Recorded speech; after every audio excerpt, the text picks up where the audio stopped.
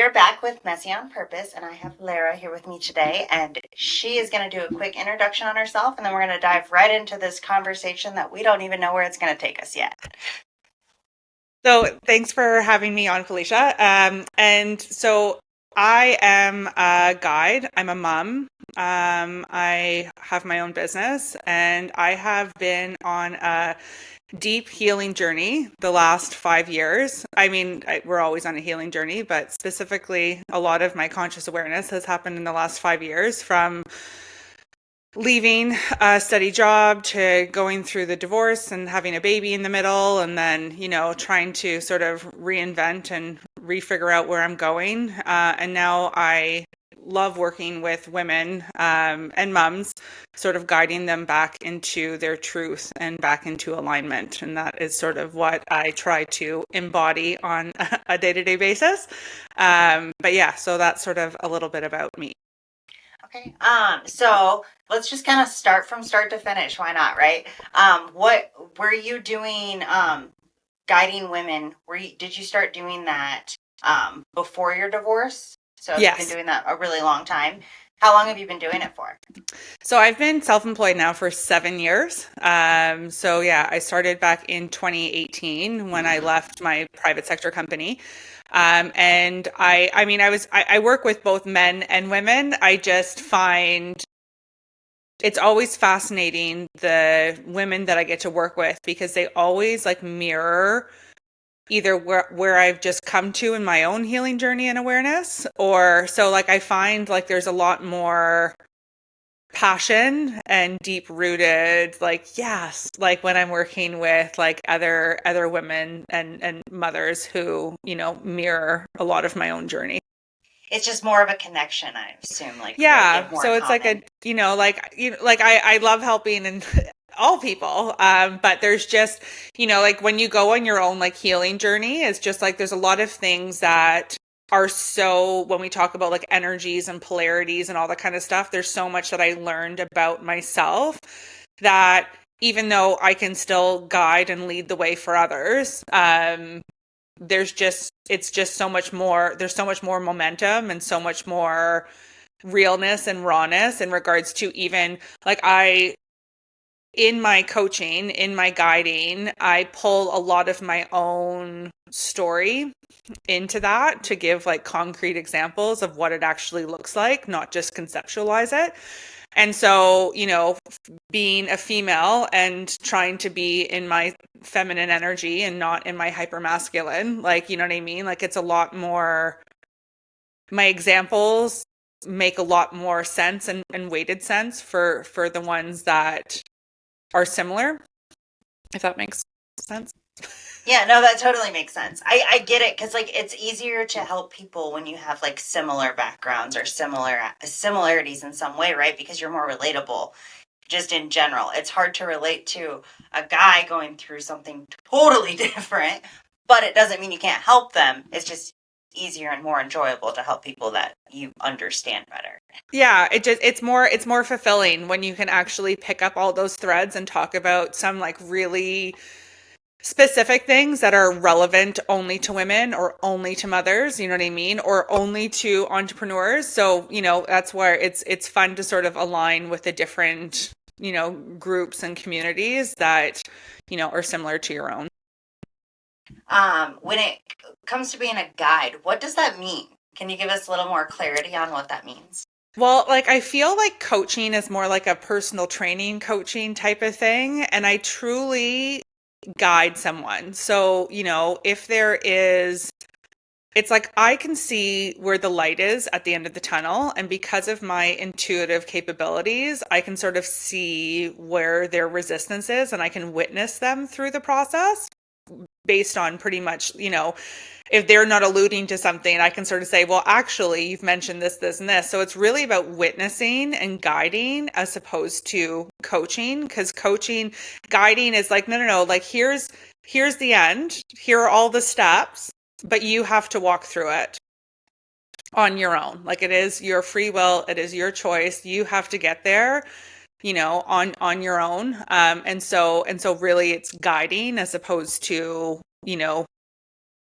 motivating someone along the path. It's guiding someone down their reflection and down their path, as opposed to, that constant hand holding and support. Like there is hand holding and support, but it's not, it's not the same, right? Like everyone has to go on the journey themselves. And there's a lot of things when we start diving into our whys and our shadows and our triggers that, only you can come up with those memories, even though I'm an intuitive and I can sort of say, I'm pretty sure something like this happened in your memory. What was that memory? And then that would, lead them to that thought. But yeah, that's sort of like the difference. What does that mean to be intuitive?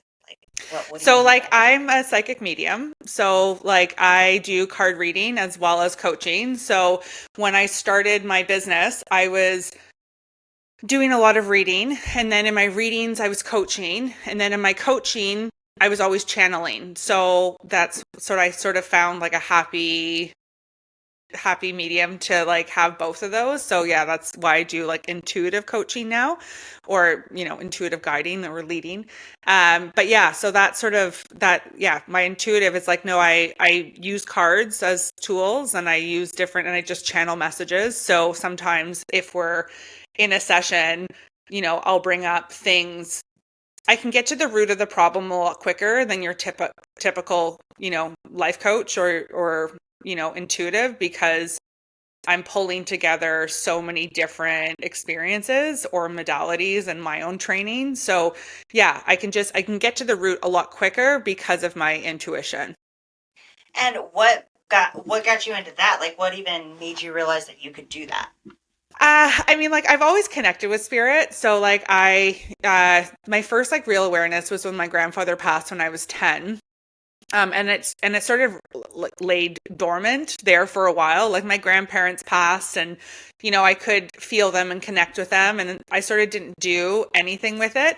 Even though I do have a girlfriend that I ran into at school drop off, and she's just like, "You're the only one who had," I think it was my 10th or 11th birthday, who had a psychic. Like your mom got a psychic to come to your house, and I was like, "Oh, isn't that like foreseen?" Like I was just like, "That's so funny." She's like, "Yeah, like what 11-year-old has like a psychic come like read them at like a birthday party?" And I'm like, I guess me. Like I guess that's what I've always been about. And then I was going through like a crazy infertility journey, and not crazy. I mean, all infertility journeys are deep, but I was getting pregnant every single month for a year and losing the baby every single month. And we were working with a fertility clinic here, and I didn't know what was going on. So I started working with I branched out of modern medicine, and I was sort of just like, well, like what could be going on? And so I started seeing a crystal healer who was helping me like clear energetically what was stuck in my womb. So in that process of seeing this crystal healer, like I just used to lie on a bed, and she used to put like crystals like all over my body and like ground me and clear me. It was such a beautiful experience. Like I used to look forward to my time with her every week or every second week. And in that process, one of the messages that came through, because she'd also be like, tapped in and channeling. And one of the messages, she's like, well, have you started reading your own cards? Like, I really think that you should start, do you have your own deck of cards? And I said, no. And so I got some and started pulling cards for my own external validation with everything I was processing. And then she's like, you should really start reading people. And I was like, okay. Anyways, I was like, okay. And so I Googled like psychic fairs, and there was like 2 large companies that like toured Canada. And one of them said, I actually have a spot in another city about 2 hours away from where I was. And I was like, okay, perfect. I could go and I could try this and read other people. And if I epically fail, it's okay because I won't know anyone. So I had a girlfriend who lived down there, and I was just like, hey, can I come crash at your house for the weekend? I'm going to do my first psychic fair. So I made like my little makeshift signs and went down and started reading people. And it was such like a beautiful weekend. Like I think I read like 55 people that weekend or something wild. And uh, it was so funny. The organizer, she's like, you need to increase your prices. I was like, okay, right. And so like I was just like one of the big leagues, I guess. And then I left that weekend and I got calls from all the other companies. So it was like that was like my energetic test to see if I was like legit. And then I've just been doing that ever since. So yeah, I sort of like it was one of those things that like I didn't start off small. Like I'm a type of person, I go like 500 million% in everything I do. So it's like, okay, right, you're going to leave this private sector career, this established business, and you're going to launch everything and then create a business. But I'm not just going to go small. I'm going to go do this and, be on this and get all of your certifications. So it's just like everything that I do, I just go for it. And like the psychic fair thing was the same thing. It's just like, right. It's like, most people would start reading like friends and family for like a year or two and then maybe think about doing the fair. I was just like, no, I'm going, it was a high ticket fair. Like the cost to be a vendor was like, not just like your $100 or whatever. I think it was like $500 at the time. I was like, yeah, let's do it. Like, this is what I'm supposed to do. I got like one of the little square tap things and then off I went. So like, I just, I had a tablecloth at the time and I think I got some like angel wings somewhere else, but I had like no signage. I had nothing. And, yeah, the rest is history. That was back in 2018. So, I mean, since then I've read like thousands of people, but like, it's just wild how like it all, and when I say wild, like wildly cool, how it just like unfurls. Like it was something that, yeah, like not related to my schooling, my training, my last profession, like my last career. Like I was just like, okay, let's do this. And I've always been so obviously, because I had a psychic at my birthday party when I was 10 or 11, but like it's always just been something I've been connected with, but I've never really like grounded it in, if that makes sense. Yeah, that makes sense. So like, did anyone else in your family, like, were they into like psychics? Like, what really, like, at 10 made you want to have a psychic, at your birthday party? I don't really know. That's a good thing to reflect over later. No, like my mom always liked to have readings and stuff like that. And like, she saw different mediums when like, her parents passed, but like it wasn't like a huge thing. It's not like she had cards and crystals and whatever. Like I don't really know. I don't know if it was like watching Practical Magic. Like I don't know if it was like all the things from our childhood, just like that, like Hocus Pocus. Like, I don't know what it was, but like, I just like loved mysticism. Like, I loved that entire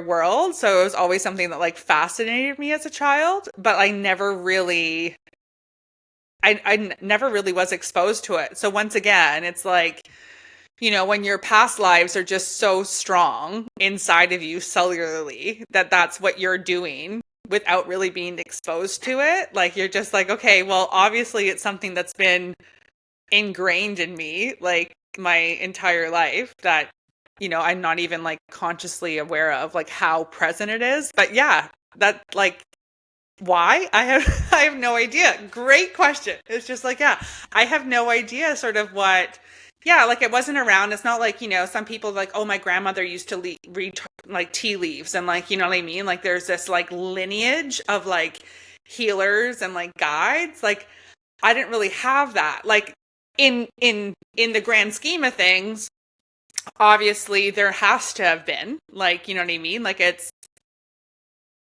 something from like a DNA basis that like there has to be.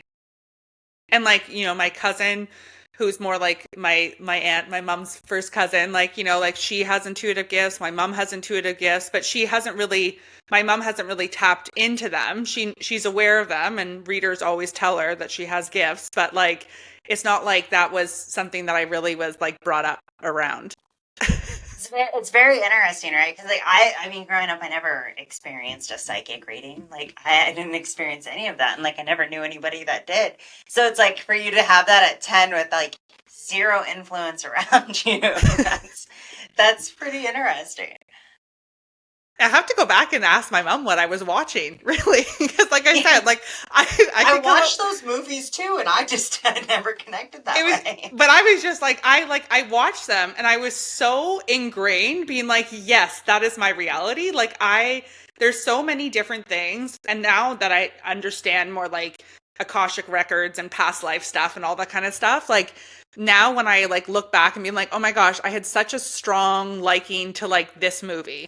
There was like another movie about a woman who became a seal, or a seal that became a woman. I don't know what it was. It was, a blockbuster special, and like there was like only 2 boxes on the shelf. And but yeah, so like that movie, and I was like, right, shape shifting. Like not 1 second did I ever question, was that movie real? Like it was just so real to me in a core cellular memory somewhere that like I think, yeah, so it was more like, okay, you want to manifest, this is how you do it, and this is how you put together like your intention, and what do you want to create, and what do you want to call in. Like I always, like I journaled a lot when I was a kid, but once again, like maybe I was like planting those seeds like all along, like, and once again, that could be a memory that's coming from a past life, being like, okay, Lara, you've done this in like 100 past lives before, so why not start early. But yeah, it's been fascinating, because even my own daughter loves pulling a card, loves crystals, like really gravitated towards that. So it would make sense for her to get into it. But yeah, I don't really remember ever being like super exposed to it.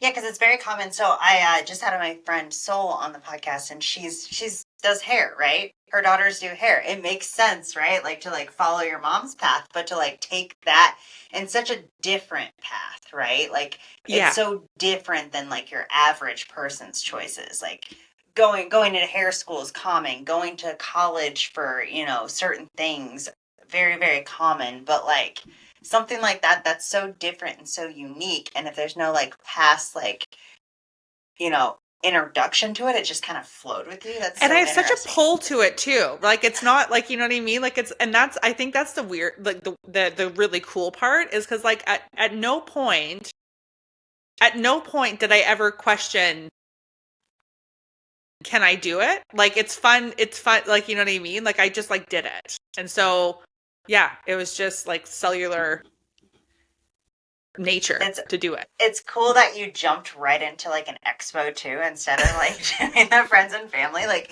I do think like when people jump straight in, like there is no failure at that point, right? There is Yeah. no failure because there's no going back either. Like you are just in it and you got to make it work, and that usually pushes people to move forward a lot faster. If you start slow with like friends and family, sometimes you never get out of that comfort zone because that's where you're comfortable doing the thing. Well, and the hard thing too is like there's so much tied to your friends and family that sometimes too, like even when I'm currently like reading, my story aligns with their story. So there's only so much that I can read into because it affects me as well too. And we get intuitive nudges, but that's the whole point, is that we're supposed to just trust and surrender to the universe, and, not need to control every outcome and situation. So a lot of times too, when I was reading like friends and family, there's some things that I could read, but other than that, it's meant not for me to be the deliverer of the message because it affects my current situation so much. If that makes if that Yeah, it resonates, makes sense. so there's a lot of times there's like, I'd love to read this and but that would affect me as well too. So I'm not going to get proper, I'm still channeling through my own knowing and perception. You know what I mean? As opposed to when I'm reading someone else, it's not, I can't distort it based on my own wants and desires and needs. You know what I mean? Like I'm just relaying what information I'm getting. Do you think in general though, like even like on just a basic coaching, if you're working with like friends and family, it's a little different because you're a little more connected. You might hold back a little bit because you know them a little better. Like you may like sugarcoat a little bit more than you would expect, depending, or be a little too forward. I mean, like that's like, and that's the other thing is like I've through reading others, if the message comes to me, I need to honor and say it, because you have no idea how it's going to be perceived, right? Like that is like, I have no idea the message that you would need to hear or that someone else would need to hear. So it just, like, I have to say what is being, and a lot of times too, it's like, oh, why didn't I say that? Like it came through and I didn't say that, and that would have, you know what I mean? So a lot of times I've become aware that if it comes in, I'm meant to say it, because if I hold back, I'm like missing half of the message. And then like there's that like gap. So yeah, now I'm more conditioned to say it all. But yeah, at the beginning, it was just like, oh, like I don't really want to say that. And then, but some of the most beautiful readings I've ever done, and got some really specific ones about like, even about like someone passing. Like I remember there was someone who came to see me, and one of her parents was going to pass, and she's just like, nobody will tell me when it's going to happen. And my guides, like however I channel, the message is like, no, he's going to pass here, and this is what you need to get and organized for this. And I was tender, and I held space for her, but I let her know exactly what was going to happen. And it did. And because I told her that, she had the space and the emotional space to also then navigate through that, because she had those specifics that she needed. So it's like, you know what, like very few people I'm going to be like, yes, so and so is going to pass away and this is when. But when those messages come through, if it does, it's because that they need to know for whatever reason. So it's like, I gave her so much freedom by being like honest with what message I was actually receiving, and it allowed her to move forward. And that was a beautiful thing for her. Was there ever like one that you held back on, that you kind of had to like it sat with you so long that you had to like reach back out? No. No. Sometimes it'll be something that comes later, like that didn't get channeled through it. Like cause like sometimes if someone books a reading, like I'll start channeling them like instantly, and I have to be like, okay, brain, like not like it's a week out. You know what I mean? Like I don't want messages just yet. But there's nothing like there's never any regret, because, because I got that awareness early on in my career to share everything, and it was received properly. I've never really held back on a reading. And like when I said like early on, I think I read her for the first time in like 2019. So it was like 3 months after I really started reading people, I came to the awareness. It was like, no, just share it, just like get it out. And so like now, if there's something else that will come up, then I'll sort of say, hey, this message came through after our reading, or, I felt like I needed to pull another card and this is what came up, and I'll share that. But yeah, nothing's ever waited on me that I didn't share. How does it work to like get these messages, right? Like how does that work?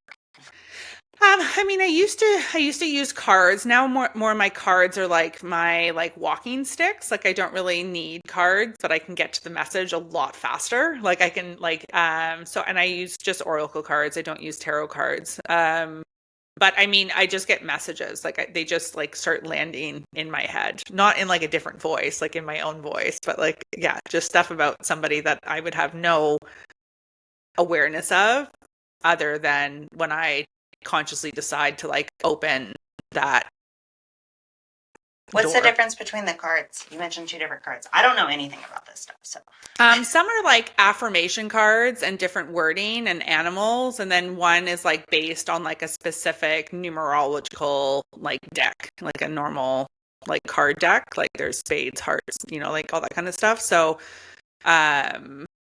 but yeah, like tarot is very specific to the messages that are attached to the card, as opposed to oracle cards could be anything. It could just be images and no words. It could have no meaning attached to it. Like you can sort of, yeah, it's sort of just like you're like your clues. Like, there's other readers that just have like a box full of like random stuff. And then like each trinket in the box creates like a new message for them. So yeah, you could pretty much channel any way you want, however you want to have fun with it.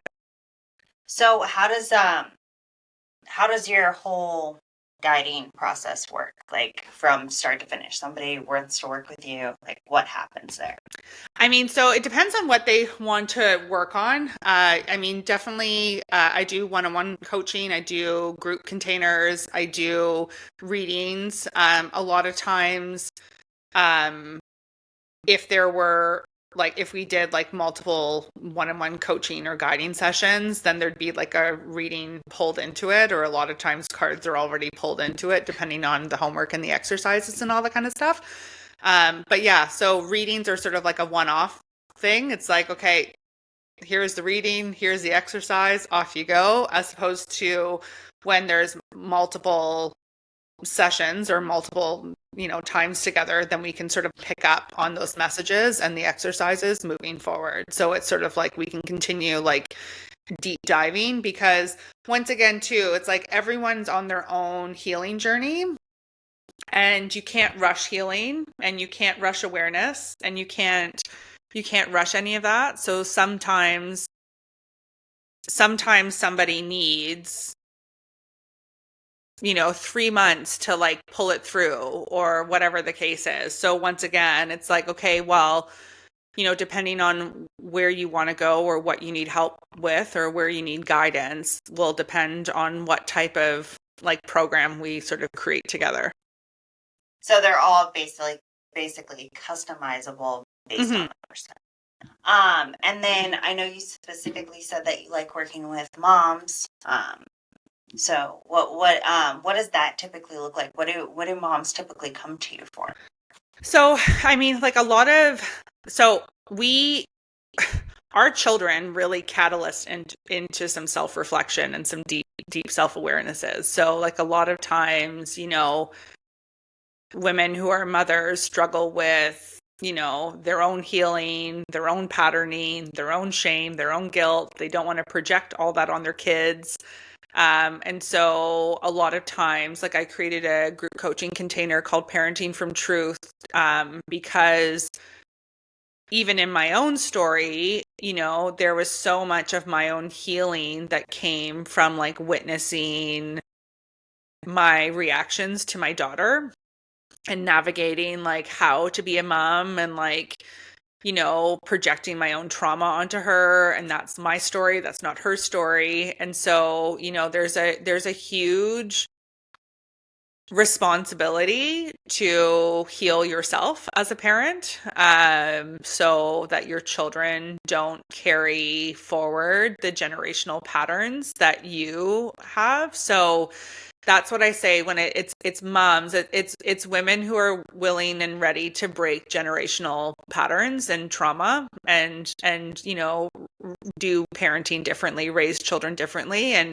in the process heal themselves. So we can't lead if we're not healed. And so, and once again, healing is a lifelong journey. Like it goes round and round and round, but definitely it's something that, yeah, it makes a huge difference if the parent is taking accountability for their own triggers, right? Their own triggers, their own shadows.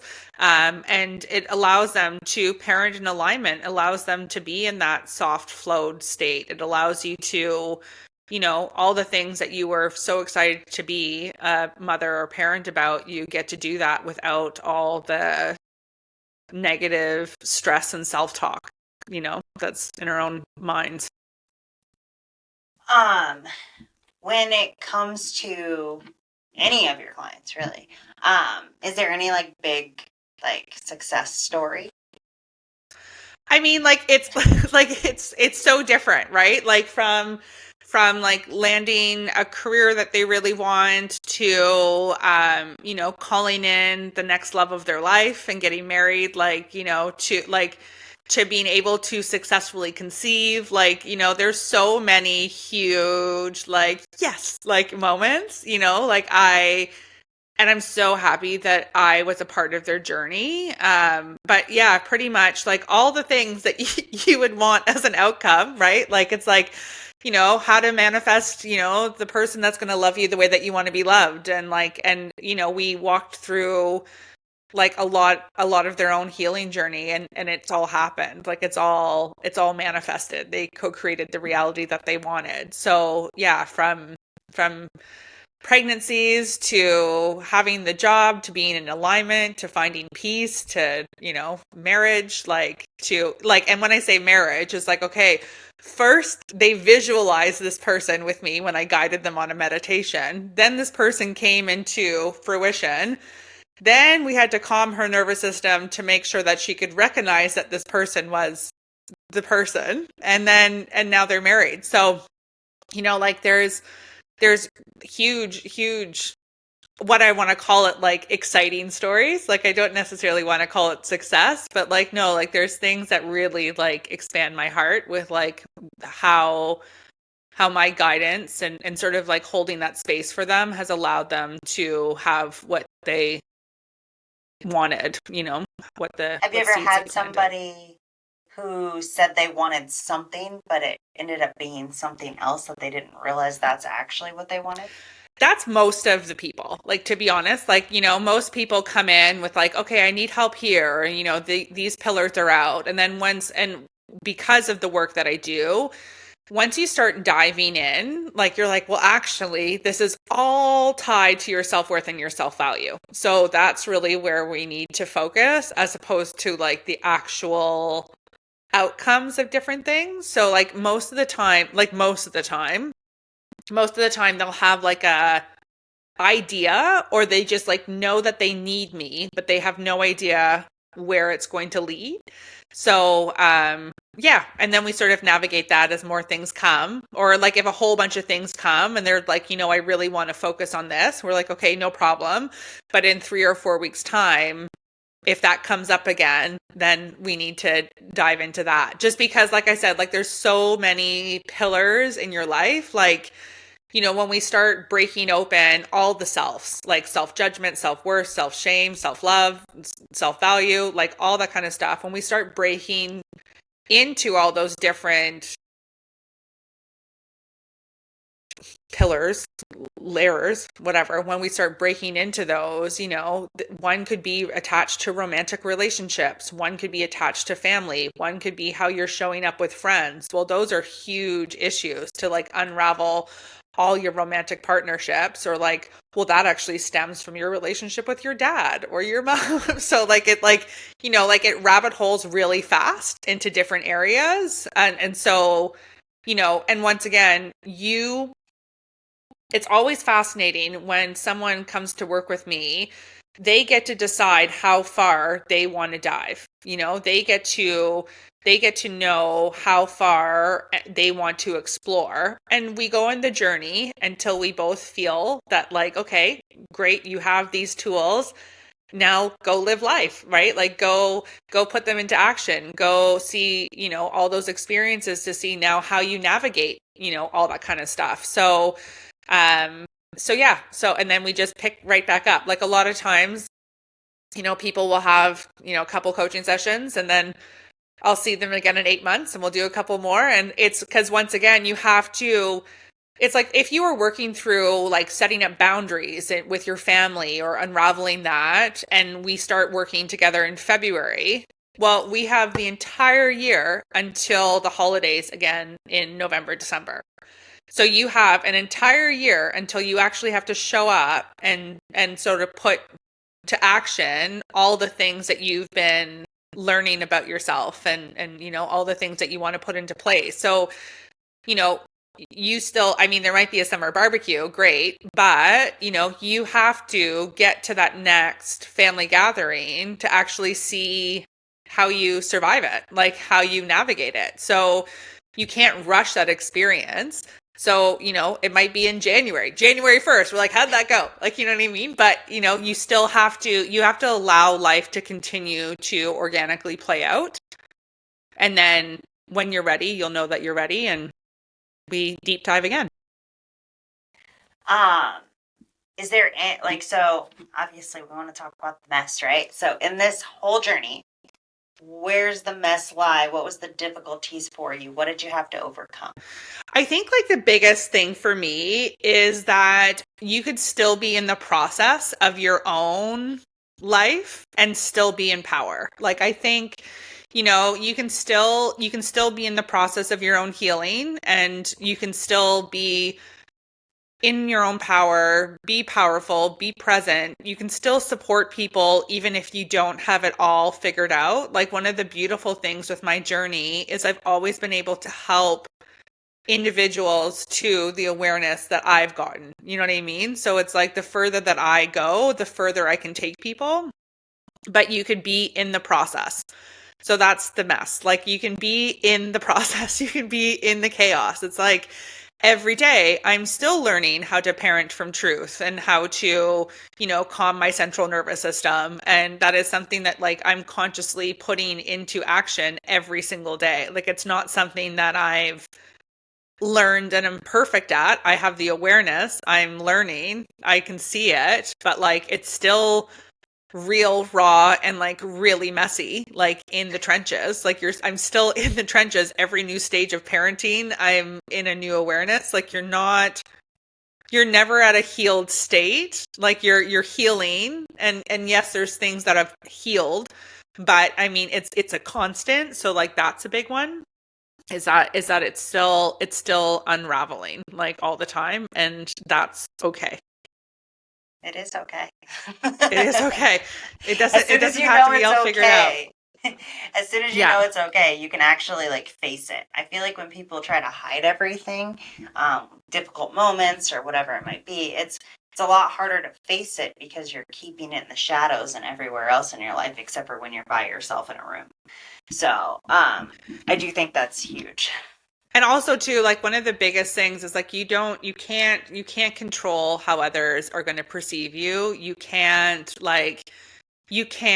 just have this polished version of yourself, like because nobody's polished, no one's perfect. Like nobody's, like I said, nobody's healed. So it's like if you try to embody that, then you're disconnected because no one can actually get to that state. They can witness me, they can hear my wisdom, they can hear my groundedness, they can hear how I've come to this level of self-awareness. But if you are this polished version of yourself that always has it together when most of your time, you're, you know, upside down with life, like trying to navigate it, like that's not right. Like it is about being real, and it's not about being aesthetically all together. And what does that look like? It's about like continuing to like show up and realizing that like you're not in control of anything or anyone, like other than yourself. So it's releasing that idea that it has to be polished or there has to be that perfection, because that's all performing. And if we're performing, we're not our authentic self. So it's like, it's better to be in the mess and embrace the mess. And you know what I mean? Like it is, yeah, like it's not clean and clear, and neither is anyone's like journey through this process. And it's not in the end of the world if you make a mistake. It's something to learn from. It's a lesson through life. Like, if I fall down, I'm going to get back up again. It doesn't matter if it's not pretty the first time or the second time or the 10th time. No, Sometimes the 100%. 100th. Yeah. And I mean, and I think a lot of times too, like like I truly don't believe that there's anything as a mistake. Like, are there choices that lead you down harder paths and easier paths? For sure. Are you going to the end result still eventually? Yes. But like everything that we do is just an invitation to learn, to explore, to have a, broader perspective or awareness. So, like I don't everything that happens, even if like it's cringy and even if you're on the edge of your seat, like watching your own life, you're like, oh my God, what's happening? Like, all that kind of stuff. It's like, no, like you know, it's all meant for your highest good, and everything is sort of like life is truly happening for you, not to you. So it's just taking it one day at a time and sort of embracing it. I think too, a lot of people miss taking responsibility for your choices, right? Like we have choices in everything that happens. Some things it happen, right? But you have a choice of how you react to how it happens. And I think we miss that. And when we don't take responsibility for our actions and the choices that we make, then we're kind of blaming other people, and that gets you nowhere but in this terrible mindset of just self pity and wallow. Well, that's the hard thing, right? It's like we can't, like, once again, it's natural. It's always easier to blame everyone else but ourselves. But the reality is the only person that can control how you're internalizing everything is yourself. So it's like, it doesn't serve you to stay in that victim mindset at all. It's like, okay, right, like here is where I've like gone wrong, or like, and I see that even in my marriage with my daughter's father, or like you see that sort of like unfurling. You're like, okay, well, in that divorce, like, I know where I was at, and I could see how I allowed these things to happen. It wasn't a projection onto somebody else. It's like, okay, well, you know, how wounded was I that I didn't see that? Or, how desperate was I that I had no self-worth and self-value, that I allowed this to happen? Or like, so like, and you can sort of look at that in every single aspect of your life, right? It's just like, well, how am I showing up? That's on me. Like what I'm allowing, that's on me. Like the only person that could break your heart is yourself. Like it's like, because it's your illusions and expectations and all the things that you are holding on, that you decided to ignore or compromise on, all these things that you should have never compromised on in the first place, or all the things that you thought you had to give up, or to move forward. So yeah, I think it's really, that's a huge thing, is taking accountability, and that's what everyone needs to end up doing at the end of the day, to get live the life that they want, like live the life of alignment, and really find whatever peace that they're looking for.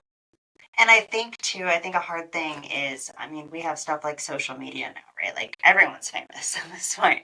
And everything you put online is who people want themselves to look like. And then like they hide behind that. So now they can't go out, without full done makeup and, cute outfits and doing videos everywhere and like having to be on all the time. And I think that affects it too, right? Like, so you have other people watching that, seeing these perfect lives, and they're like, well, mine just sucks, and it's because of this, and it's because of that, and the negativity that falls within that, right?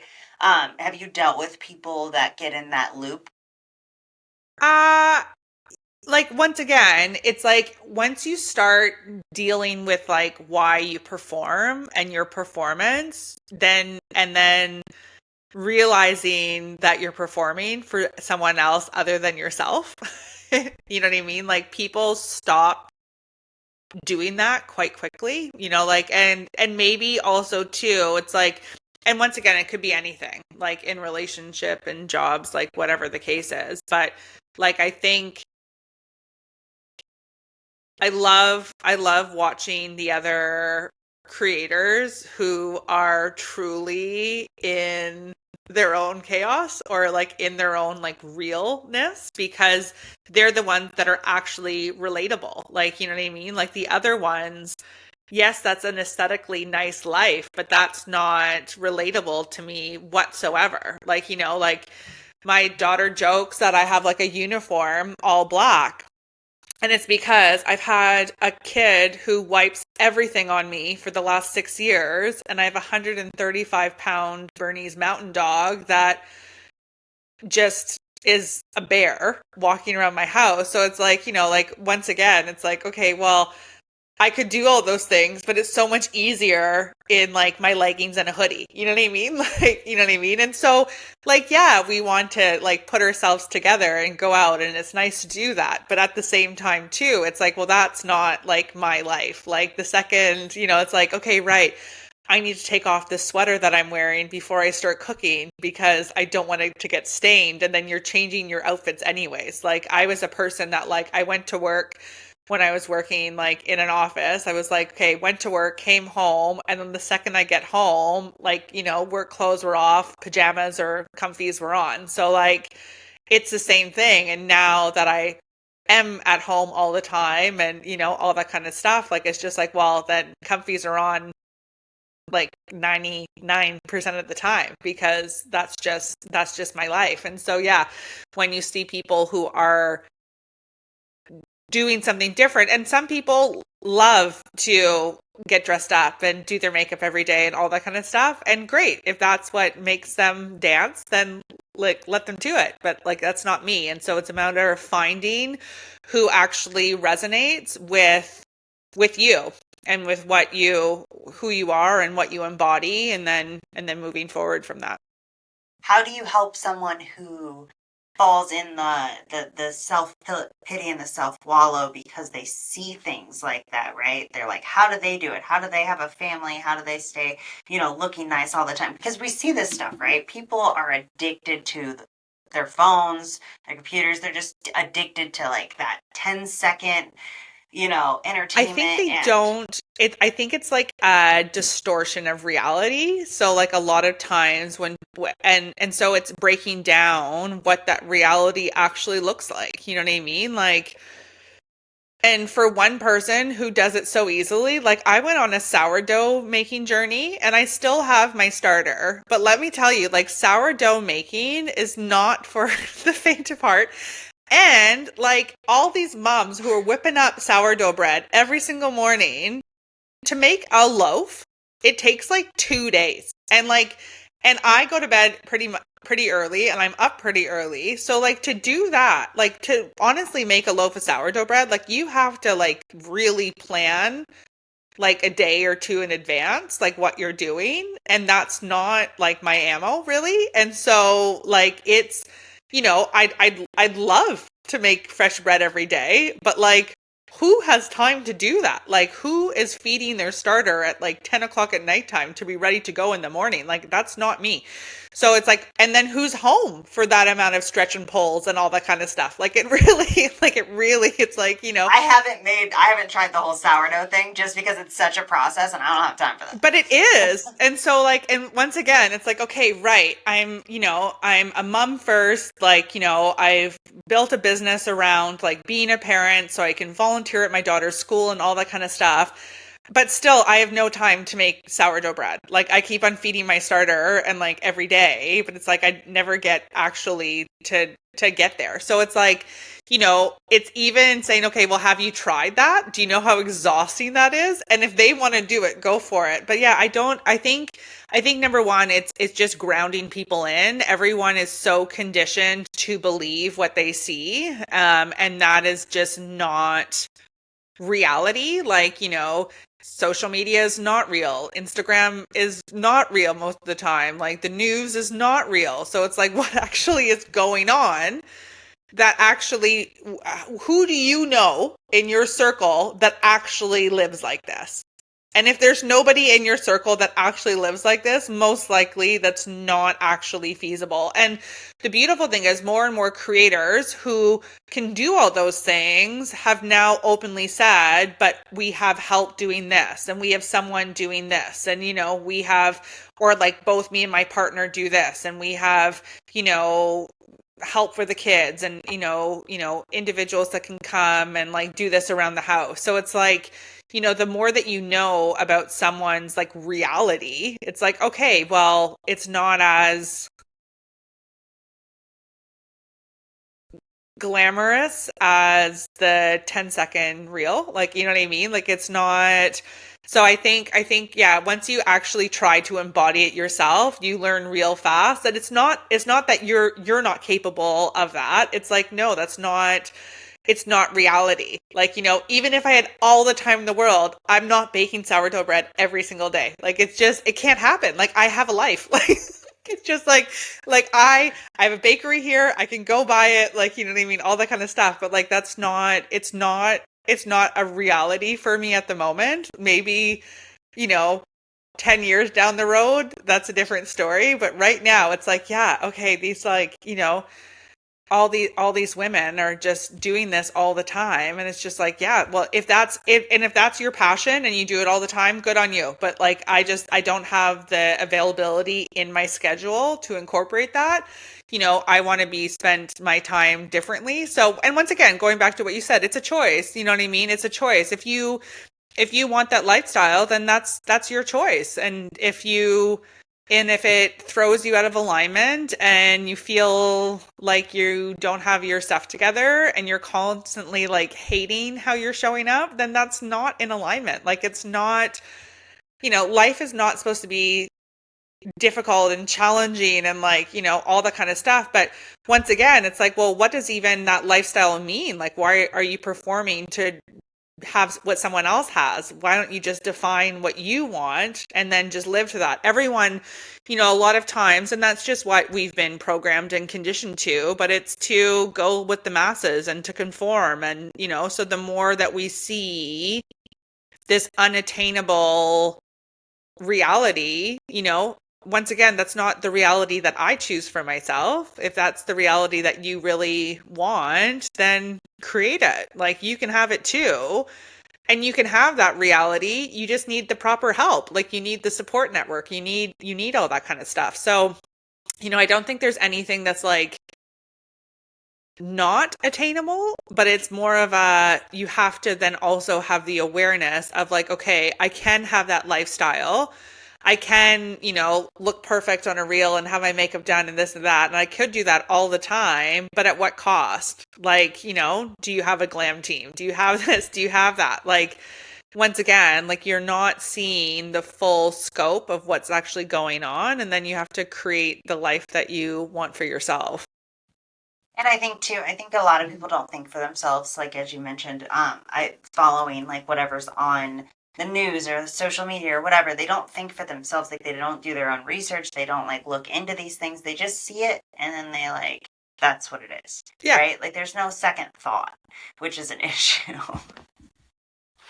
And I mean, and that's the thing. It's like, well, what actually goes into making that all happen? Like, what is that person doing or not doing so they have that time? You know what I mean? Like I said, if you could feed a starter at 10 o'clock at nighttime, great. I'm already asleep by 8 o'clock. So like, it's like one of those things that like, okay, that doesn't work with my lifestyle. It might work with somebody else's, but it doesn't work with mine. Not saying that like you can't do it, but I'm saying it's like, okay, well, I wanted to take that on and I realized really fast, like, this doesn't work with my lifestyle at the moment. And I don't, I'm not changing my sleep patterns to have a fresh loaf of bread.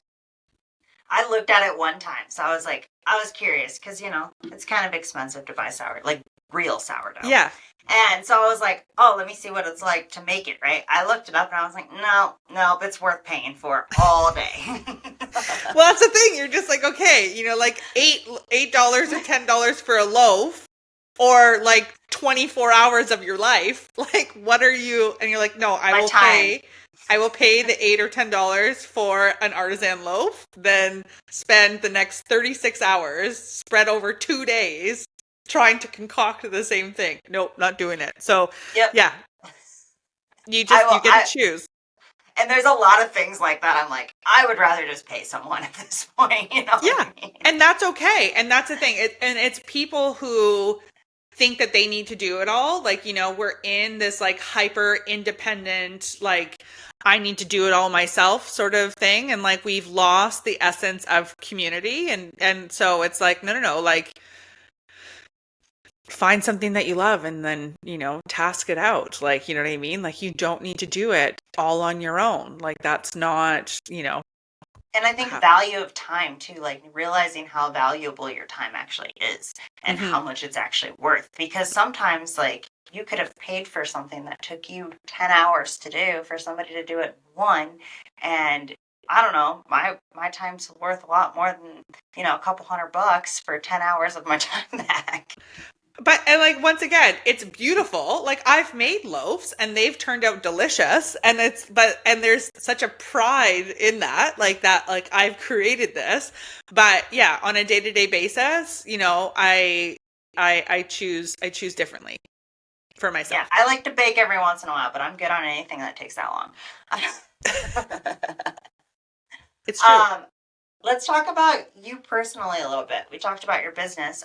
So you you have one child, or how many kids do you have? One daughter. One daughter. Okay. Yeah. And it took a while to conceive. Yeah, about a year and a half. A year and a half. Wow.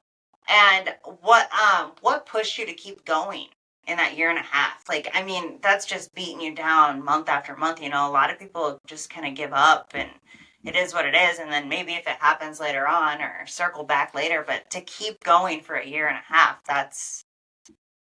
I just did it's sort of like the psychic story. I just did it.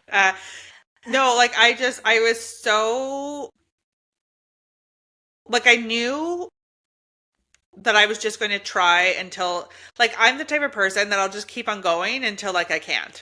Like, it's like, like, I'm, in, like, and I do that in all aspects of my life. It's like, I will give my all until I just can't anymore. And it's not really like it's truly like, okay, you get to a point and then you just like surrender and you're like, okay, I'm walking away, or, giving up on this. And like, I think to conceive her, it was just, I so desperately at the time wanted to be a mom.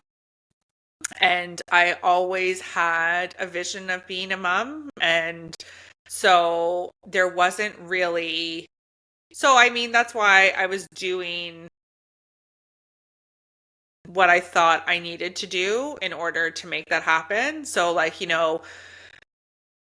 I was seeing different doctors and I was doing the fertility clinic and all that kind of stuff. And then we ended up conceiving her naturally anyways. But it was just like, when, like, on that journey, it's just like, okay, like, I realized that like my cortisol levels were just so high and I was under so much stress with my old like career, that like I was under so much stress that I was just like, my cortisol levels were through the roof. And so, even the concept of like, okay, managing your cortisol levels and all this kind of stuff, it's like I was constantly taking or incorporating like different things in. So I never really felt like I was like at the end of the road. Like, you know what I mean? Like, it's like, okay, like, I didn't know I needed to support my adrenals. I had no idea what like managing my cortisol levels and like my central nervous system was. And then when I left that position and when I left that company, I took 3 months off and got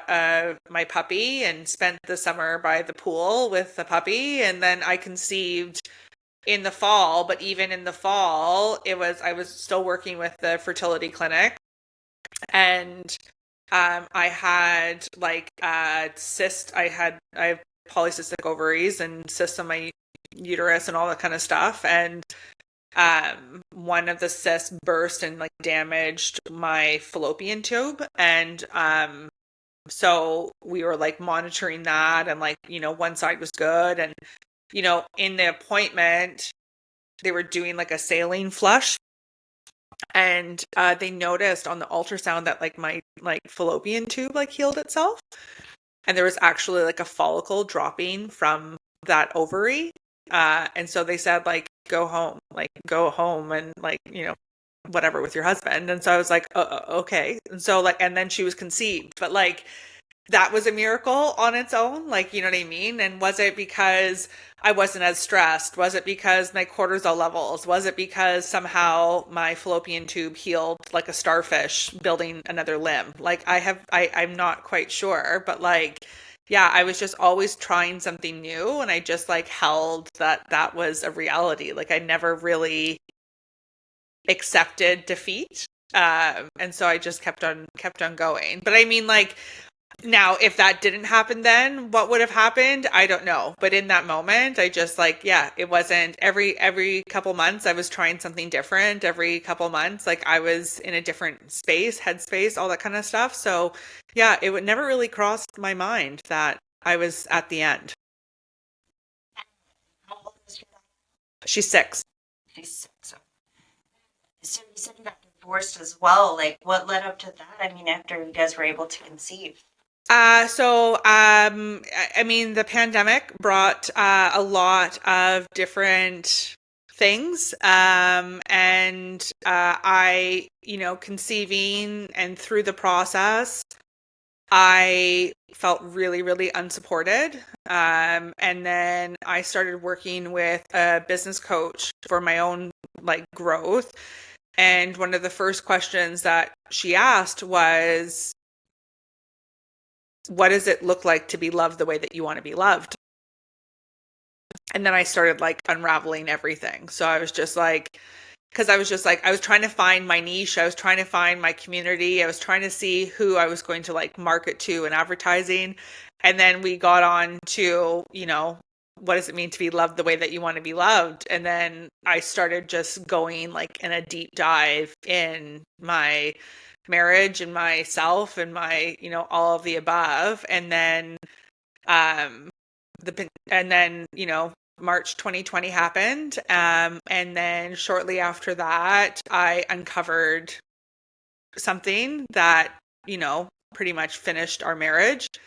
And, yeah, it was like one thing after the next. So like, I was already in this process of like, okay, like, what do I want? And like, how do I want to be loved? And, who am I? And, all the processes. So I started all this reflection.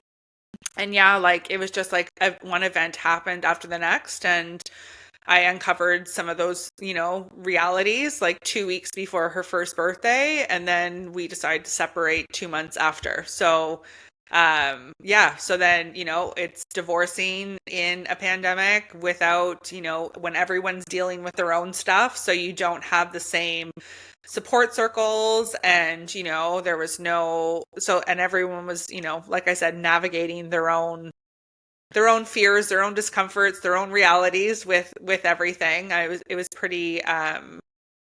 pretty specific up here in Canada or like there was, a lot of mandates in place. So, you couldn't see different people and, there was pretty strict mandates in place. So You yeah, weren't able to escape a lot of things like we can in the United States where we can go to a different state. yeah, like, like I couldn't work, like, I couldn't, and when I say couldn't work, I could work online, but like, there was no daycares that were open there. And I didn't want to send my daughter for the first time to be with a whole bunch of people and like PPE, like that is not a safe experience for her, never being outside the house. And like all that kind of stuff, it was just like, no, like I'm gonna focus on like being a mom first. And then like even like trade shows, expos, fairs, like all those things were canceled.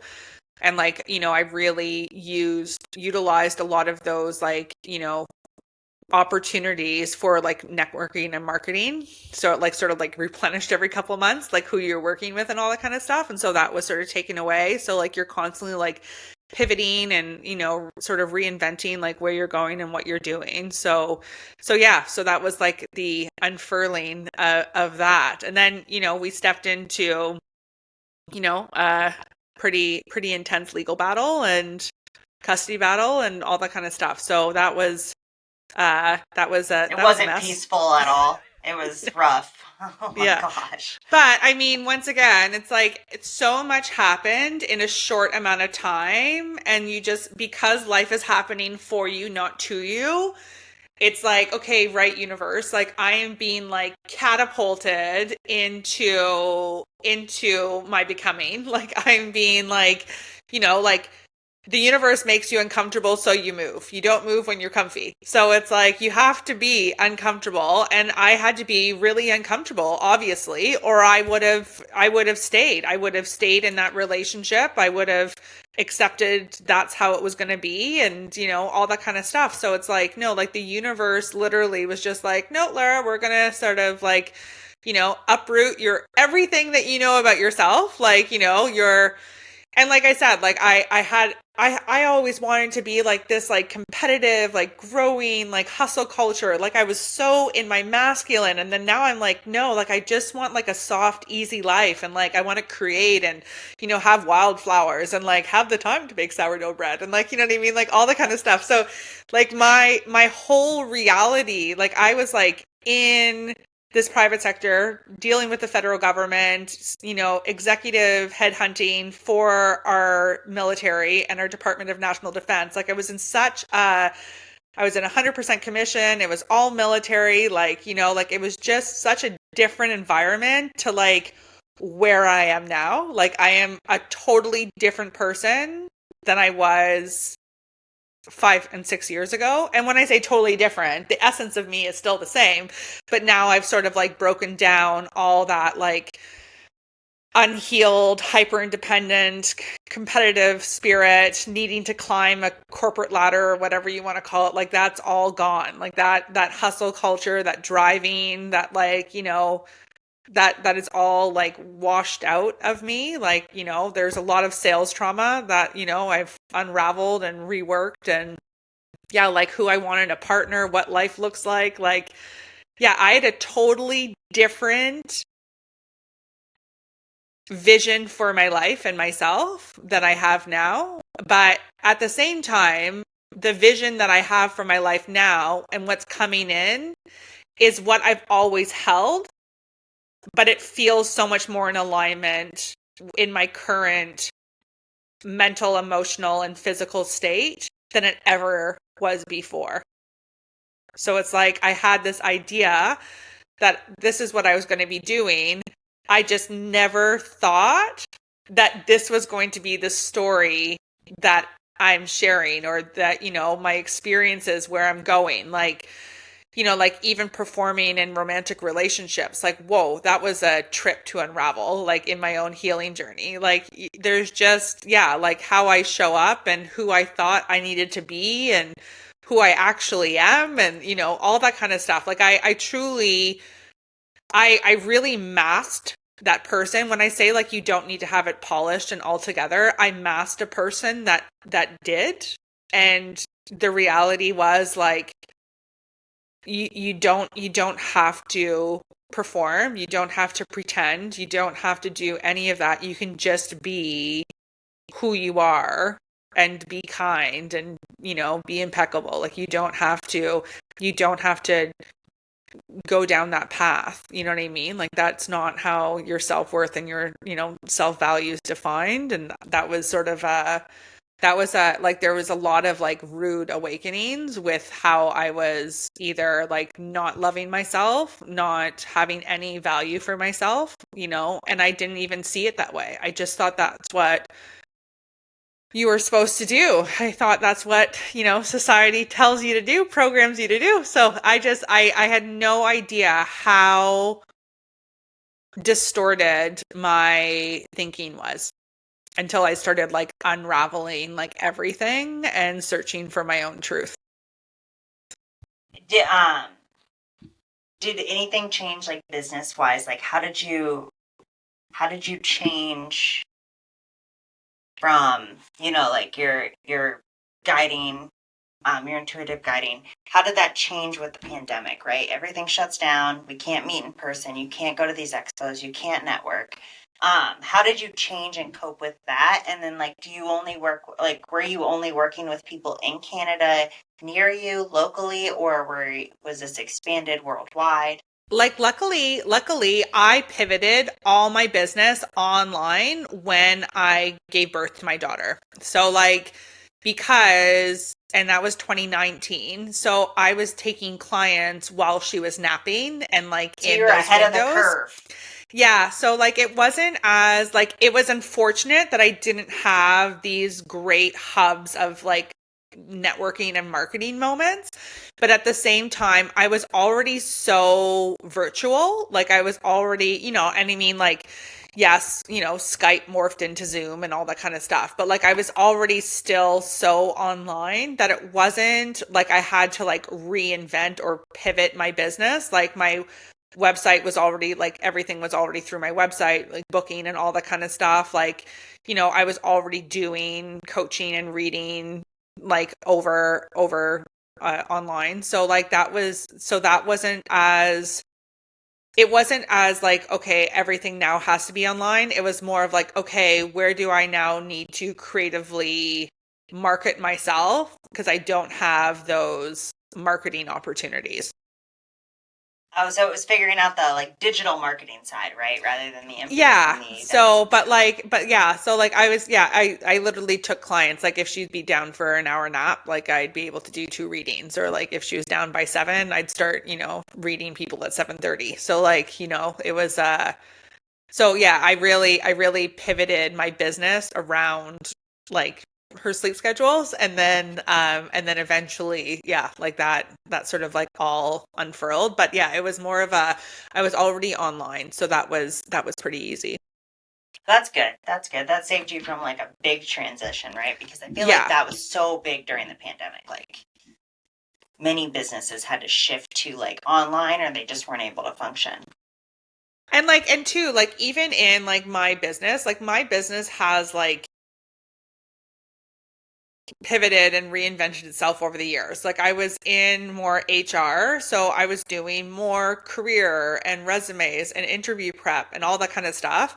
And then it was just like, okay, well, in that process of career coaching, so many times people are trying to find their life purpose and what actually makes them happy. So what you're actually exploring is them. And so then you're starting to break down all their selves. And so like I was already moving away from like the typical career coaching like industry and doing more intuitive coaching and life coaching. And then yeah, and then the readings and the coaching, it all sort of like, married each other, and here we are now. But I was constantly pivoting, constantly, adjusting what I wanted to do, like what felt right for me in the moment, what still lit me up. And if it didn't light me up, it's like, okay, well, it's sort of just like any service provider. It's like, okay, well, do you want to do it? If so, like this is what it is going to be. And so once again, you're like, okay, well, I can do that, but that's really not fulfilling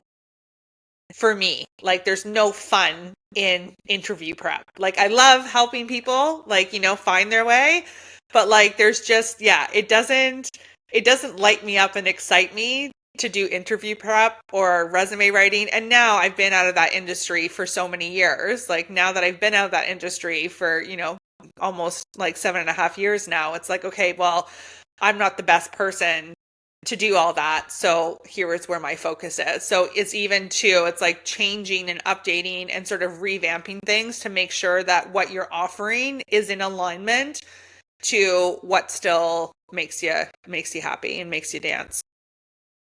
What do you see for the future for your intuitive guidance?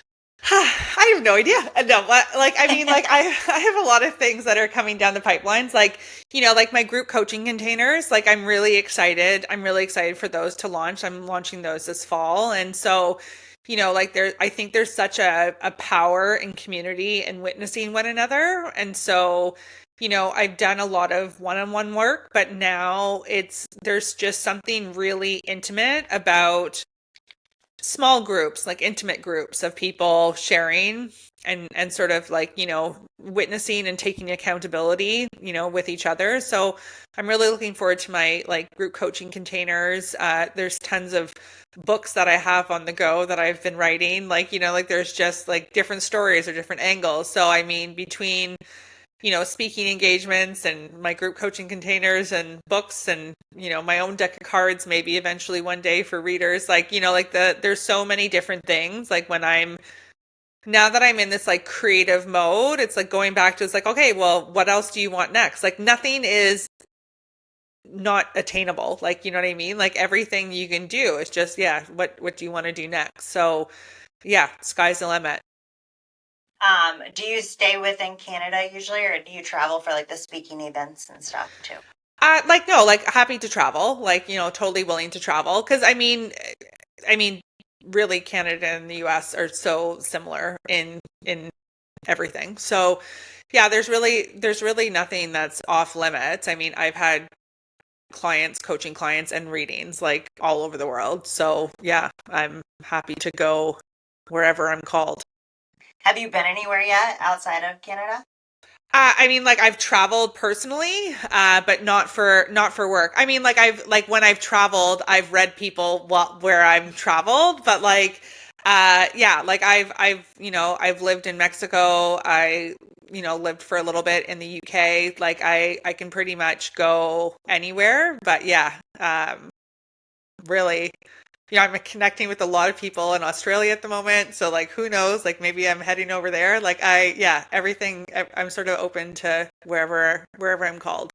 It's pretty amazing with like the technology we have now, like how easy it is to connect with people from all over the world.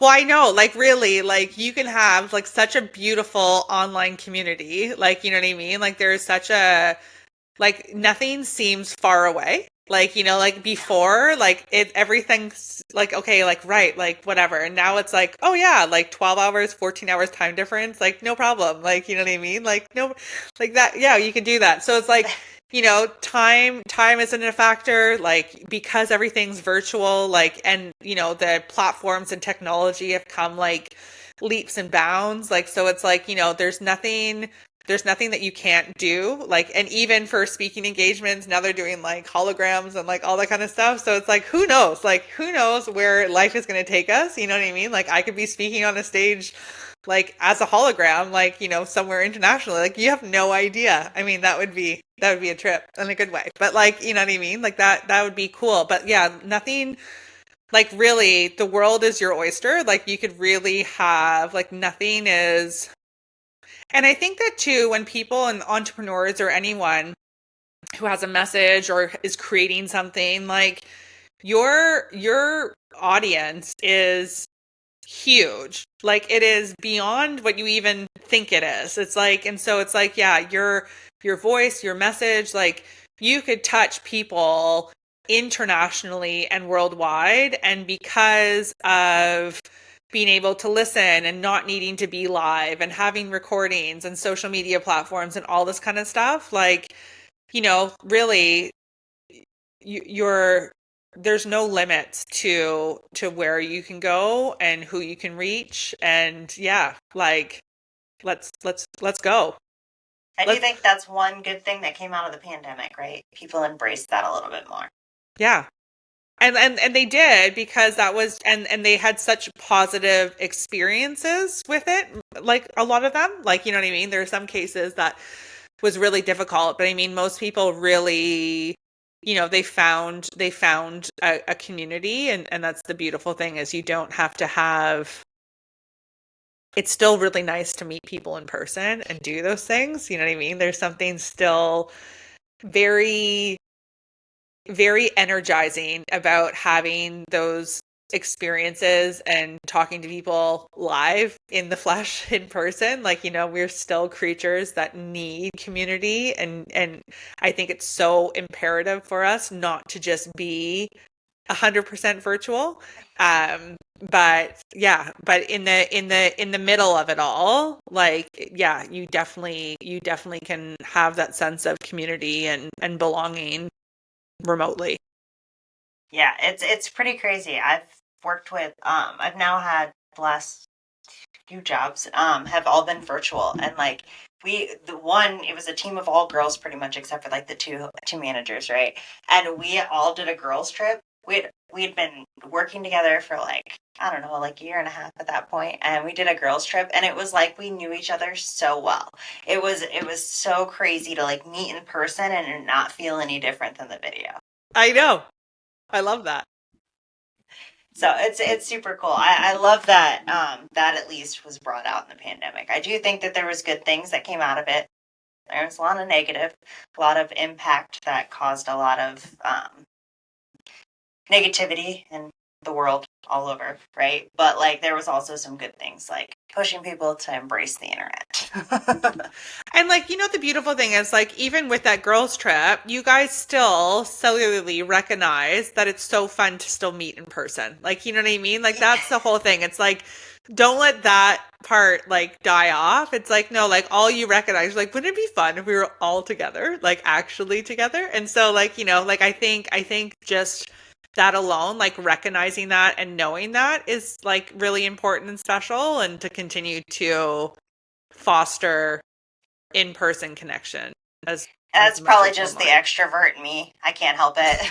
So But you know what? I'm more of an introvert and hermit, and let me tell you, it's still so nice to like physically see somebody, because like you're just different. Like you're just, you know what I mean? Like as real as you are, like as comfortable as you are with, all these like different like, online tools. It's like, no. Like there's something still like so special about like getting together in person.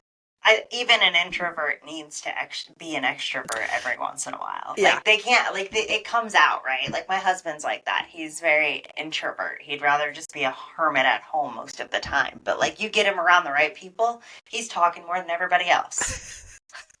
I get that. Yeah. I could relate to that. I could be like that. Yeah.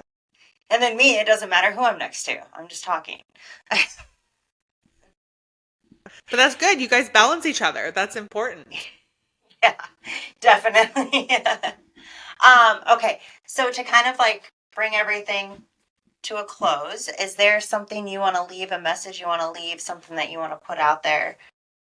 I mean, just that life happens for you, not to you, and that everything is for your highest good, even though you don't have to like it. And truly, like you could be in the mess and still lead. Like you can still, you can still be in your healing and in the rebuilding of yourself and the becoming, but still, empower yourself and empower others. So there's no end journey before you start. And I know this sits with you very close to your heart because this is the same thing you wrote in the guest like type form. Oh, in the So, form? yeah, I'm pretty sure I read exactly something similar to that. Perfect. See, So I do was know just that. being myself. So, I love it. I love it. Is there anything else that maybe we didn't cover that you wanted to touch base on? no, I mean, if you feel like you need some guidance, the best way to find me is through my website, which is www.larabokovay.com, or you can just Google me. There's just one and only of me. So that's the best way to connect with me and work with me. But yeah, no, that's everything. It's been lovely to have a conversation with you today. And I'll add all of your information in the description too, so everybody knows where to find you pretty easily. And thank you so much for coming on, sharing your story, sharing how you built your business, because that's huge, right? And then, you shared some more vulnerable parts of your life, which we appreciate. And that you embrace, the messy, which is great. So thank you so much. Thank you. And until next time, guys, bye.